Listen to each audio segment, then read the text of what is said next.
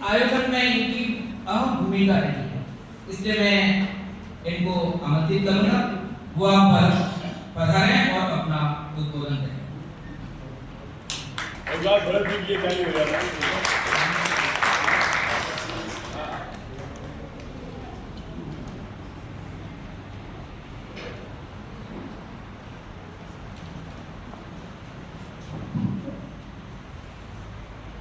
अस्तु मा सद्गमय तमसो मा ज्योतिर्गमय मृत्योर्मा अमृतं गमय। सर्वे भवन्तु सुखिनः सर्वे सन्तु निरामयाः सर्वे भद्राणि पश्यन्तु मा कश्चित् दुःखभाग् भवेत्। परम सम्मानित मंच एवं निर्माणाचार्य महंत जी के श्री चरणों में हार्दिक नमस्कार एवं प्रदेश राजस्थान प्रदेश के कोने कोने से पधारे हुए सभी हमारे मेहमानों का हमारे मेवाड़ की धरती पर, महाराणा प्रताप की धरती पर, भक्तिमती मीरा की धरती पर, चेतक की धरती पर और उस माता पन्नाधाय जिन्होंने इस मेवाड़ के राजा उदय सिंह को बचाने के लिए अपने पुत्र की बलि दी, ऐसी पवित्र मूल्यों की धरती पर आप सभी का हार्दिक स्वागत करते हैं। आज का दिन भविष्य के इतिहास का साक्षी है, क्योंकि इस देश में भी राजस्थान का अपना महत्व है, राजस्थान के लोगों का अपना महत्व है और उसी राजस्थान के नागरिक कर्तव्यों के निर्वहन और लोक अधिकारों के प्रवर्तन का संकल्प लेने के लिए यहाँ उपस्थित है। आज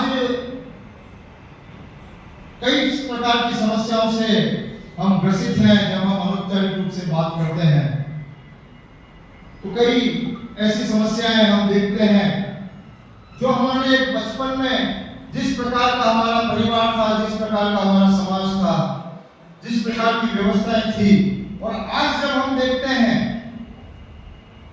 तो हृदय कांपता है, हृदय में वो पीड़ा उठती है, क्योंकि आज हमने अपने परिवारों में समृद्धि भी प्राप्त की है, धन दौलत भी प्राप्त की है, बैंकों में बैलेंस भी है, गाड़ी घोड़े भी है, बंगले भी है, सब कुछ है, लेकिन क्या वो सद्भावना, वो प्रेम और वो आत्मीयता हमारे परिवार, समाज और नई पीढ़ी में है क्या? ये ज्वलंत प्रश्न है। मैं चाहूंगा कि आप भी इसको द्विअर्थी सा दोनों तरफ से संवाद हो।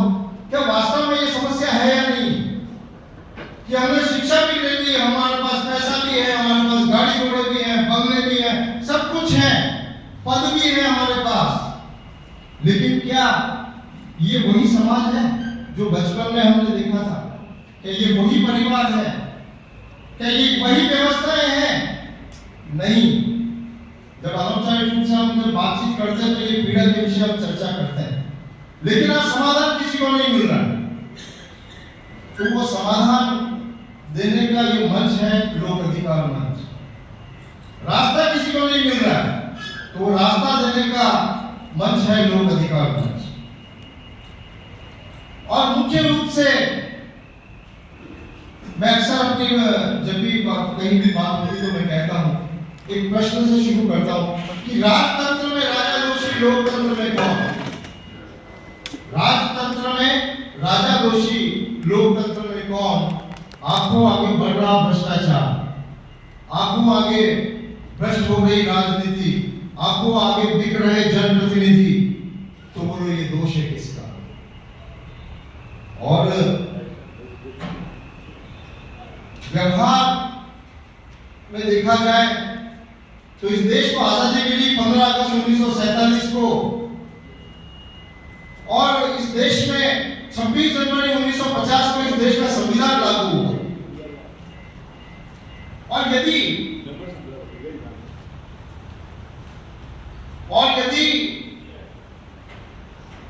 आज इन समस्याओं का जिसके लिए हम सामाजिक रूप से इकट्ठे हुए हैं और कई अपने अपने स्तर पर प्रयास भी कर रहे हैं, तो लेकिन समाधान कहां है? तो वो समाधान है भारतीय संविधान में। जैसे कि हमारा राष्ट्रगान कहता है कि जन गण मन अधिनायक जय है भारत भाग्य विधाता। तो मैं पूछना चाहता हूं कि जन गण मन तो समझ में आएगा, जन हम है, गण हमारा समाज है, संगठन है, हमारा मन है कि ये देश गौरवशाली देश हो, लेकिन ये अधिनायक कौन है? क्या हम आज भी गुलामी की दास्तानों को नहीं ढो रहे? अधिनायक जो ईस्ट इंडिया कंपनी थी, अंग्रेज थे, ब्रिटिश पार्लियामेंट थी, वो तो कब से चले गए, लेकिन आज भी हम इस अधिनायक शब्द को ढो रहे हैं। तो यह आज की व्यवस्थाओं में जन गण मन अधिनायक, तो ये समाज ही इस देश का नायक है, क्योंकि समाज ही एकमात्र संस्था है जो निस्वार्थ है। इस समाज के अलावा कोई ऐसी संस्था नहीं है जिसका कोई स्वार्थ ना हो, और वो समाज टिका हुआ है हमारे परिवारों पे। हम माता पिता के रूप में इस देश की नई संतति को जन्म देते हैं, उसका पालन पोषण करते हैं किसी स्वार्थ से? कोई स्वार्थ नहीं। लेकिन इस परिवार और समाज को छोड़ दो तो आज भी समाज वास्तव में देवता है। देवता का अर्थ होता है देने वाला, और समाज तो दे ही रहा है, ले क्या रहा है। लेकिन इस समाज पे आज सब तरफ से आक्रमण हो रहे हैं। आतताइयों ने भी आक्रमण किए, ईस्ट इंडिया कंपनी ने भी किए, ब्रिटिश पार्लियामेंट ने भी आक्रमण किए, और आज इस देश के राजनेता भी इस समाज पर आक्रमण कर रहे हैं। आज हमारा समाज बिखर रहा है। जैसे मैंने कहा ना, राजतंत्र में राजा दोषी, लोकतंत्र में कौन? राजतंत्र गया चला गया, हमने विदा कर दिया उसको। जिस दिन संविधान लागू हुआ राजतंत्र विदा हो गया, लेकिन और प्रजातंत्र आया, जनतंत्र आया। लेकिन आज भी यहाँ पर राजनीति है। जब राजा गए राजनीति गई, राजतंत्र गया, तो राजनीति इस देश से क्यों नहीं गई? जब इस देश में प्रजातंत्र आया, जनतंत्र आया, तो जननीति कौन लाएगा देश में? और आज की राजनीति ही इस समाज की, परिवार की सारी समस्याओं की जड़ ये राजनीति है कि ये उसी अंग्रेजों के फूट डालो, राज करो, जैसे भी हो सत्ता प्राप्त करो, कोई मां बढ़ाना भैया सबसे बड़ी सत्ता। तो ये वो सत्ता का खेल, राजनीति का खेल आज भी चल रहा है। इसका विकल्प देने के लिए हम संकल्प लेने के लिए आज इकट्ठे हुए हैं। और हम अब बात करें, देश में संविधान है और हम लोगों को आज अगर हम ठगा रहे हैं, आज हम मेरे साथ भी भ्रष्टाचार हो रहा है, मेरा शोषण हो रहा है, तो उसका कोई जिम्मेदार नहीं है, मैं स्वयं जिम्मेदार हूँ।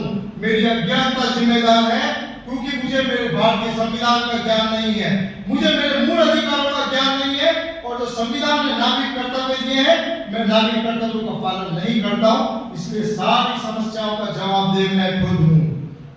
इस चीज को हम समझें। और भारतीय संविधान ने वास्तव में इतनी ताकत दी है, और वही हमारी ताकत है, वही इस देश में प्रजातंत्र और जनतंत्र की स्थापना करेगा। नहीं है, आज हम कहते हैं लोकतंत्र लोकतंत्र लोकतंत्र, लेकिन इस देश में लोकतंत्र नहीं है साथियों। लोकतंत्र के खाल में एक पार्टी तंत्र बैठा हुआ है। किसी भी दृष्टिकोण से ये पार्टी तंत्र लोकतंत्र नहीं है। और अगर वास्तव में लोकतंत्र कहीं जिंदा है तो वो हमारे परिवार में है लोकतंत्र, हमारे समाज में है लोकतंत्र, क्योंकि वहां किसी स्वार्थ से माँ बाप बच्चे को नहीं पालते, किसी स्वार्थ से समाज परिवार को इकट्ठा नहीं करता। इसलिए समाज की ताकत को समझें, लोक अधिकारों को समझें और संविधान की ताकत को समझें, क्योंकि 1947 से आज भी वही शासन पद्धति चल रही है, वही अंग्रेजों की पद्धति चल रही है। ये तो हमारे बाबा साहब अम्बेडकर और संविधान सभा का धन्यवाद है कि उन्होंने आपको अधिकार दे दिए। कहीं संविधान में नहीं लिखा है कि इस देश में पार्टियां होगी और जनता पार्टियों को चुनेगी। इस संविधान में लिखा है कि जनता अपने प्रतिनिधि स्वयं भेजेगी, लेकिन दुर्भाग्य है कि पार्टी तंत्र का ऑप्शन नहीं है हमारे पास। ये विकल्प समाज को देना पड़ेगा, सामाजिक संगठनों को देना पड़ेगा। इसलिए आज की कॉन्फ्रेंस का विषय भी यही था कि संवैधानिक नागरिक कर्तव्यों का निर्वहन एवं लोक अधिकारों का प्रवर्तन। इसलिए पहले नागरिक कर्तव्यों का हम निर्वहन करें, पालन करें, तो हमारे अधिकार सुरक्षित रहेंगे। और अंत में जैसा कि हमारे आदरणीय राष्ट्रीय महासचिव महोदय ने भी कहा कि ये मंच भाषणों का नहीं है, ये मंच कुछ करने का है, और उस करने की भावना से ही हम संकल्पबद्ध होकर यहाँ आए हैं। और ये जो व्यवहार की राजनीति चल रही है, इसका विकल्प है संवैधानिक जनतंत्र, लेकिन वो आया नहीं है। अभी इंतजार कर रहा है। कानून तो इतना अच्छा संविधान है कि इसमें भ्रष्टाचार की संभावना हो ही नहीं सकती, लेकिन जो संविधान में लिखा है उस अनुरूप व्यवस्थाएं हो तो सही, तो कौन करेगा? वापिस मैंने प्रश्न से शुरू किया था, प्रश्न से ही खत्म करता हूं कि राजतंत्र में राजा दोषी, लोकतंत्र में कौन? राजतंत्र में राजा जिम्मेदार, लोकतंत्र में कौन जिम्मेदार? और जिस दिन हम जिम्मेदारी लोकतंत्र लोक अधिकार मंच जिम्मेदारी निभाने वाला मंच है, जिम्मेदारी संगठन है, जिम्मेदारी निभाने वाला, और प्रत्येक कार्यकर्ता जो लोक अधिकार मंच से जुड़ा हुआ है, इंतजार मत करिए किसी पद का कि मैं किसी पद आएगा मेरे पास तब मैं सेवा करूंगा।